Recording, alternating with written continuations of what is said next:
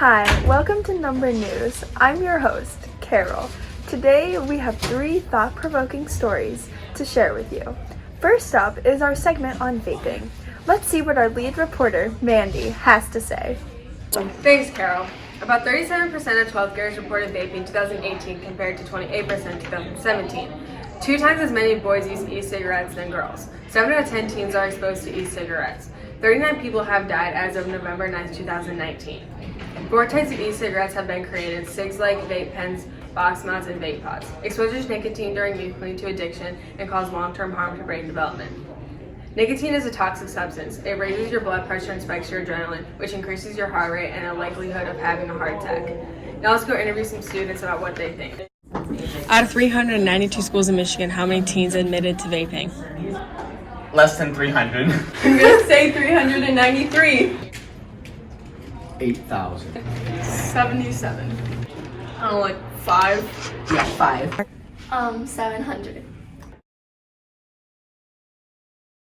44,000. Wow. 44,000. 44,000. Oh! 44,000. Oh. 44,000. Oh. 44,000. That's what a few students and teachers think. Back to you, Carol. Thank you, Mandy. What an important piece. Our next segment is about a drug that's been a problem in communities a lot longer than vaping has: marijuana. Although it might go by other names like pot, weed, or MJ, it's all the same. What's the scoop, Shelby? Thank you, Carol. Marijuana is the most commonly used illegal drug in the U.S. There's about 22 million users per month. 1 in 10 users become addicted. Marijuana creates a high which appeals to people, but what they don't know is that it can impact their mental and physical functioning. Marijuana can cause poisoning, lung and cardiovascular problems, chronic pain, and cancer. So think about what you're doing to your body. Now let's go interview students and teachers at Adams High. What percentage of American adults have tried marijuana? I would say 71%. 20%. I'd say probably 45%. 30%? 50? 48%. Huh. 48%. Oh my, Lanta!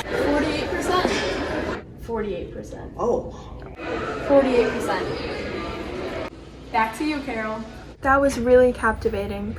Our final segment is much more serious: opioids. We are currently in a 30-year opioid epidemic.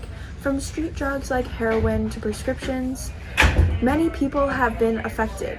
Let's talk to Alice about this tragedy.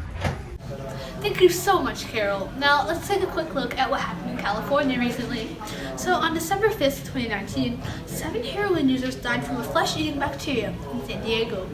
County health officials are asking the medical community to be on the lookout for additional cases of myonecrosis, a bacterial infection associated with black tar heroin use.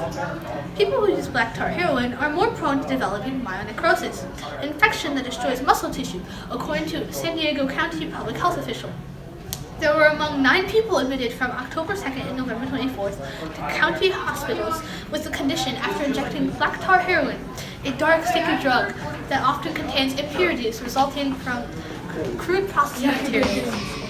2 remain hospitalized. 1 is expected to survive, and the other remains quite ill, says Dr. Fred McDonald, a medical director for the epidemiology program at the county processing method. Mr. McDonald said the outbreak of myonecrosis was the most serious the county has seen in the last 10 years. The source of the heroin is unknown, and an investigation is currently continuing, the county said. Most black tar is processed in Mexico and sold in the U.S. west of the Mississippi River, according to the National Institute of Drug Abuse. Symptoms of myonecrosis include severe pain and swelling around the injection site, pale skin that quickly turns gray, dark red, purple, or black blisters, or blisters with a foul smelling discharge, or air under the skin, and fevers. Dr. Paul Little, medical director at the Laguna Treatment Hospital and Addiction Treatment Center in Aliso Viejo, California, said he hoped the 7 deaths brought black tar heroin users to seek treatment.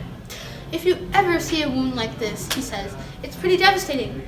It's just another situation where it shows the dangerous epidemic of the opioid we're facing now. What percentage of people who overdosed in 2017 died from opioids? Maybe 50%? 37%. 81%. 36%.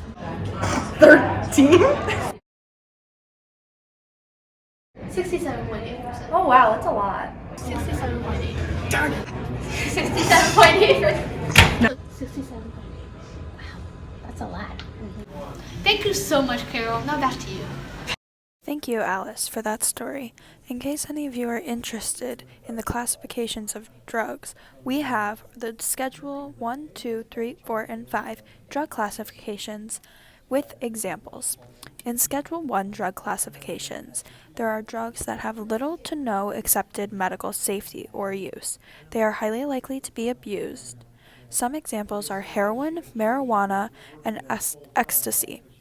In Schedule 2, these drugs have a high potential for abuse. They may lead to a severe addiction and psychological impact. Some examples are fentanyl, opium, Adderall, oxycodone, and morphine. In Schedule 3, we have drugs that are less likely to be abused. They are less addictive. Some examples are drug combinations of less than 15 milligrams per dose. Schedule 4 drug classification has drugs that have low potential for abuse and addiction. Some examples are lorazepam and Valium. In Schedule 5, there are drugs with the lowest potential for abuse and addiction. They contain limited narcotics.